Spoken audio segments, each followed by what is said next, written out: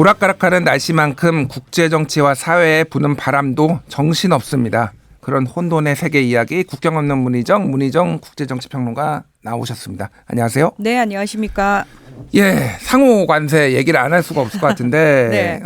트럼프 대통령이 지난 9일에 상호 관세 발표했다가 그것도 90일간 전격 유예를 했어요. 그래서 네. 중국한테만 지금 125%의 관세를 매기는 걸로 됐는데 지금 상황이 어떻습니까? 네.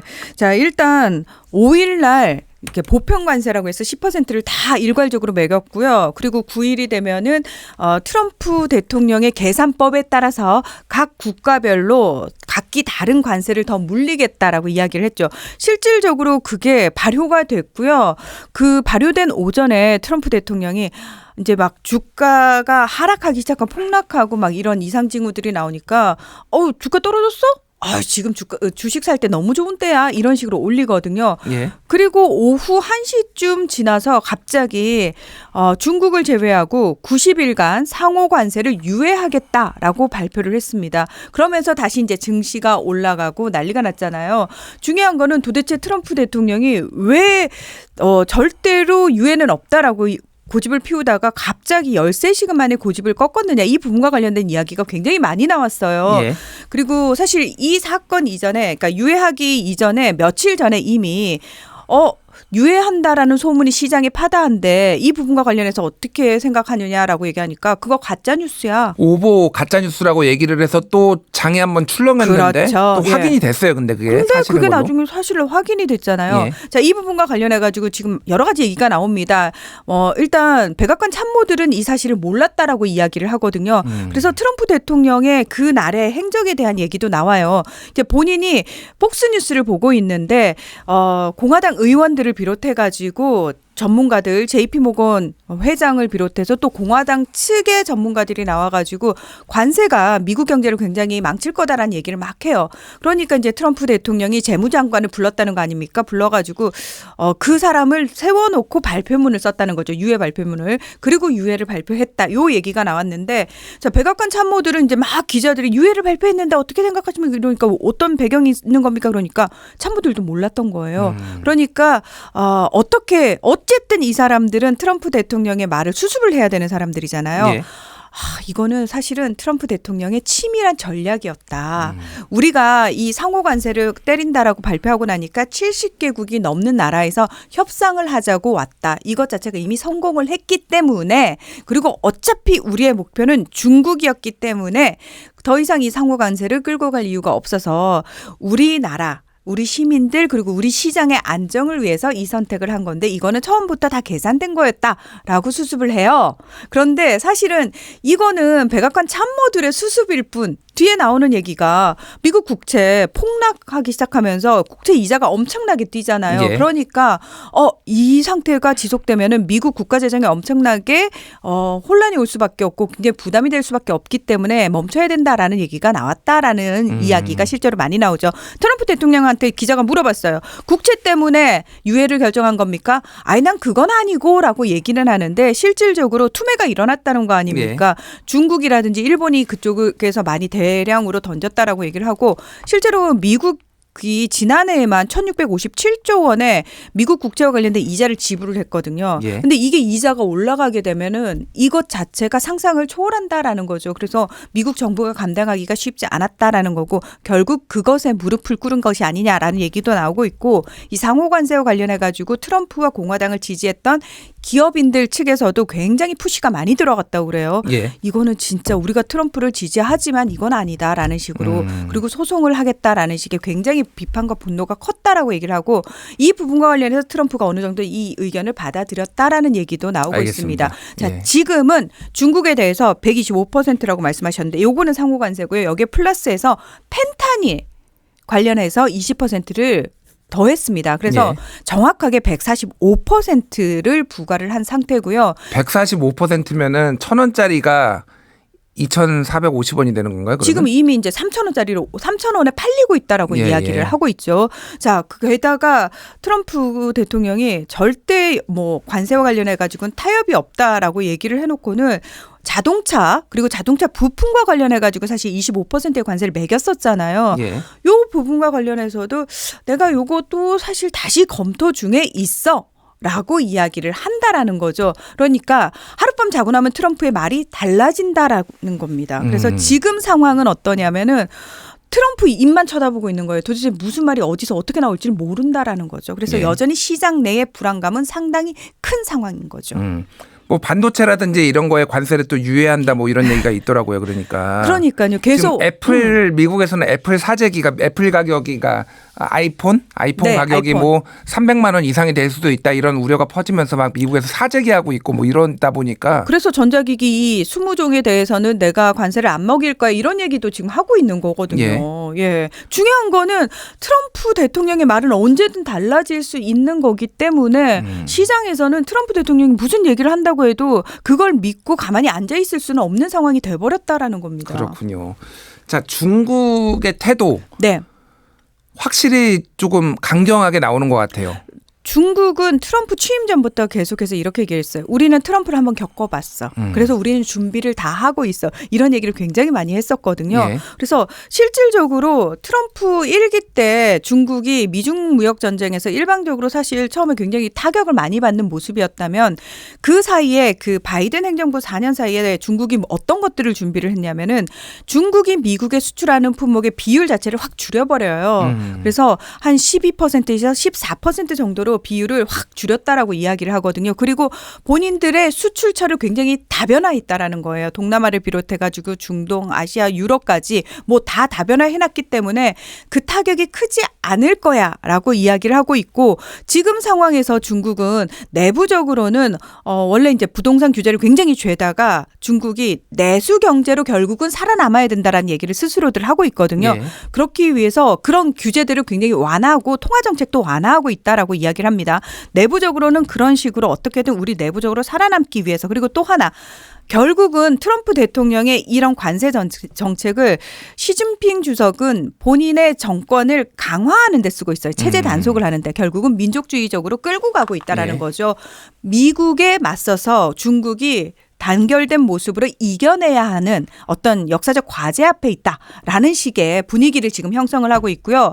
더불어서 시진핑 주석은 반미 연대를 확장시키기 위해서 외교에도 상당히 많이 신경을 쓰고 있습니다. 그래서 지금 중국 수뇌부가 하고 있는 일이 전 세계로 전화를 돌리고 있다는 거예요. 일단 본인이 속해 있는 브릭스를 이용을 하겠다라는 거죠. 그래서 예. 브릭스를 굉장히 덩치를 키워놨었거든요. 그래서 브릭스 국가들한테 전화해서 우리 조금 더 관계를 밀착을 좀 많이 하자. 협력을 좀 더 폭넓게 하자라는 식으로 하고 있고 시진핑 주석이 올해 들어서 첫 해외 국빈 방문을 베트남으로 시작했습니다. 이건 무슨 얘기냐면은 지금 아시아부터 중국 편을 만들어 가겠다라는 움직임을 시작한 거죠. 그렇군요. 결국은 이제 중국도 애플이라든지 테슬라, 뭐 월마트 이런 네.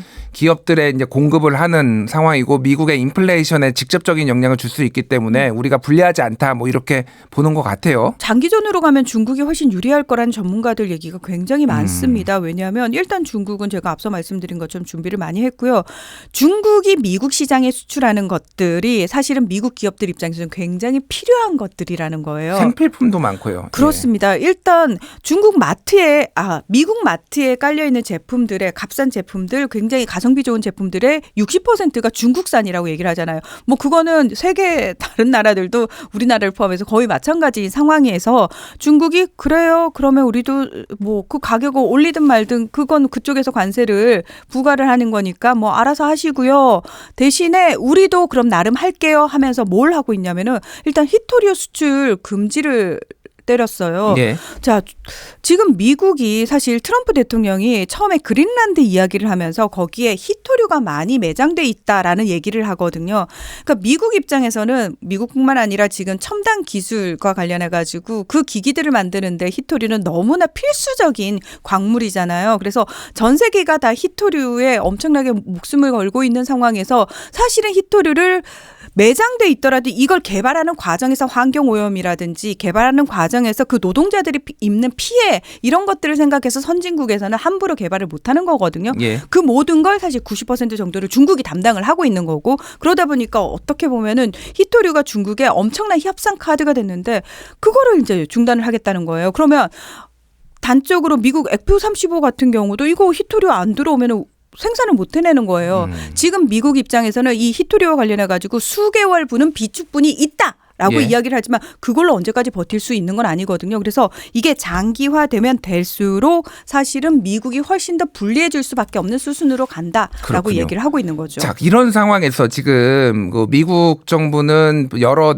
국가와 함께 협상을 좀 빨리 시작하자. 그러면서 베트남, 일본, 한국 등등을 언급을 했어요. 그래서 네. 우리나라 한덕수 지금 권한대행도 미국하고 지금 협상에 들어가겠다. 그리고 알래스카 LNG 개발도 지금 논의하겠다 이런 상황인데 굉장히 좀 우려가 된다라는 목소리가 많이 나오더라고요. 지금 제가 트럼프 대통령이 하룻밤 자고 나면 말이 달라진다고 말씀을 드렸잖아요. 예. 그러면서 트럼프 대통령은 이렇게 얘기를 해요. 야, 누구든 빨리 와라. 빨리 오는 사람이 정말 최선의 정말 좋은 조건으로 합의를 해줄 거야 라는 얘기를 하고 있는데 지금 처음에는 빨리 가서 협상을 해야지라고 했던 사람들도 말이 계속 달라지는 걸 보면서 이거 일찍 가서 괜히 협상을 하는 게 손해가 아닐까?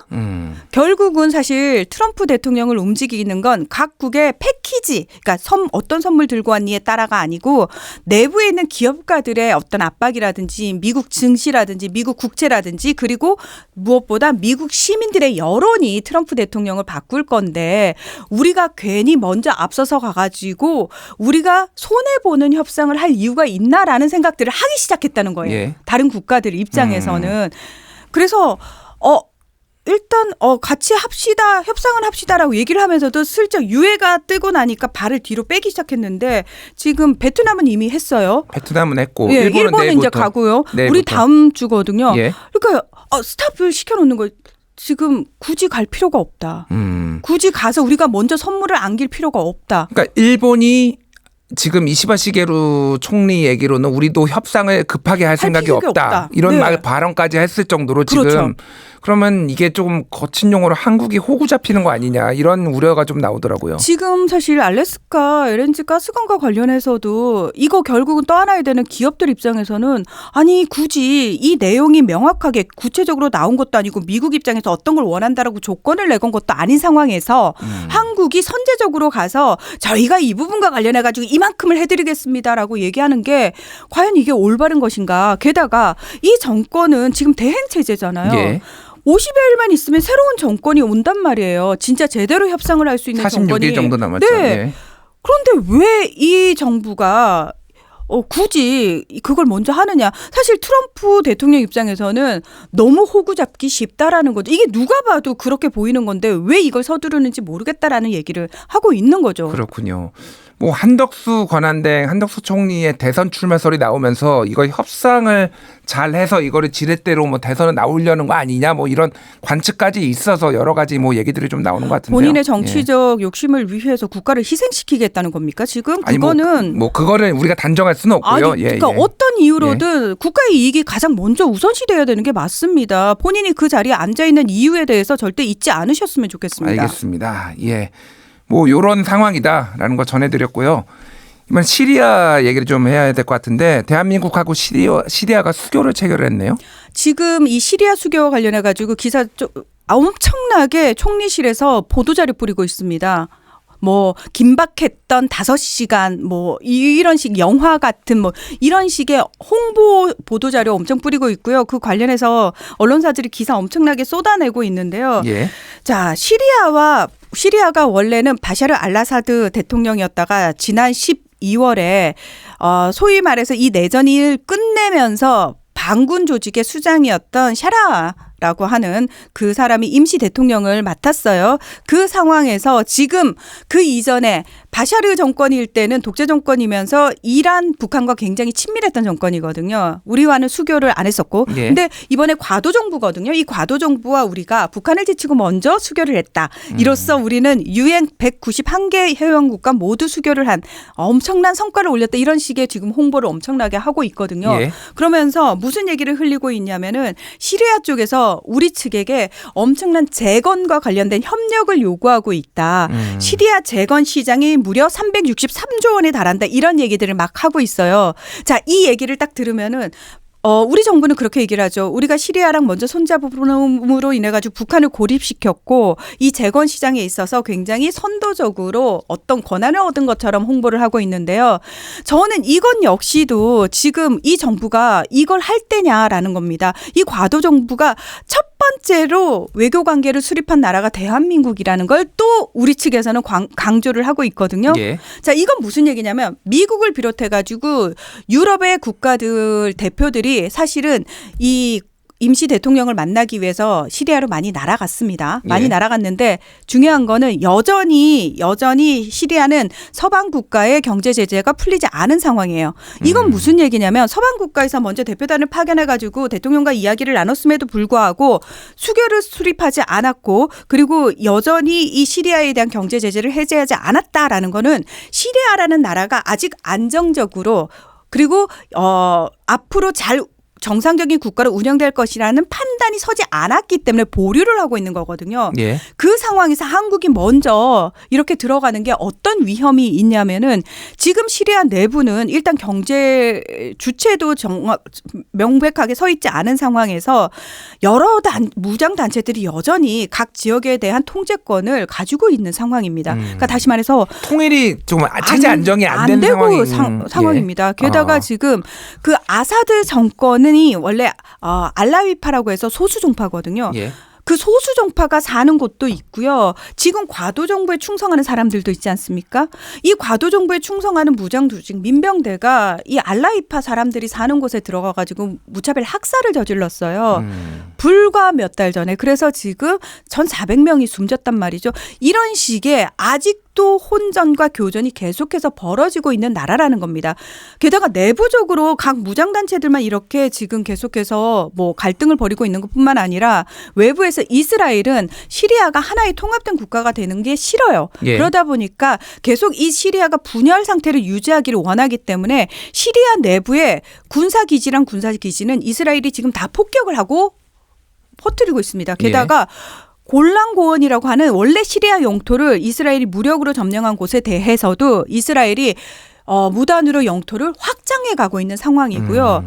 또다시 그러니까 어쨌든 시간이 네. 거의 다 돼서 지금 상황 그러니까 우리가 섣불리 수교를 맺을 상황이 아니고 잘못하면은 코가 이런 끼일 수가 있습니다. 외교 분쟁에 우리가 코가 끼일 수 있습니다. 끼거나 거기에 있는 한국인들이 위험해질 수도 있다. 당연합니다.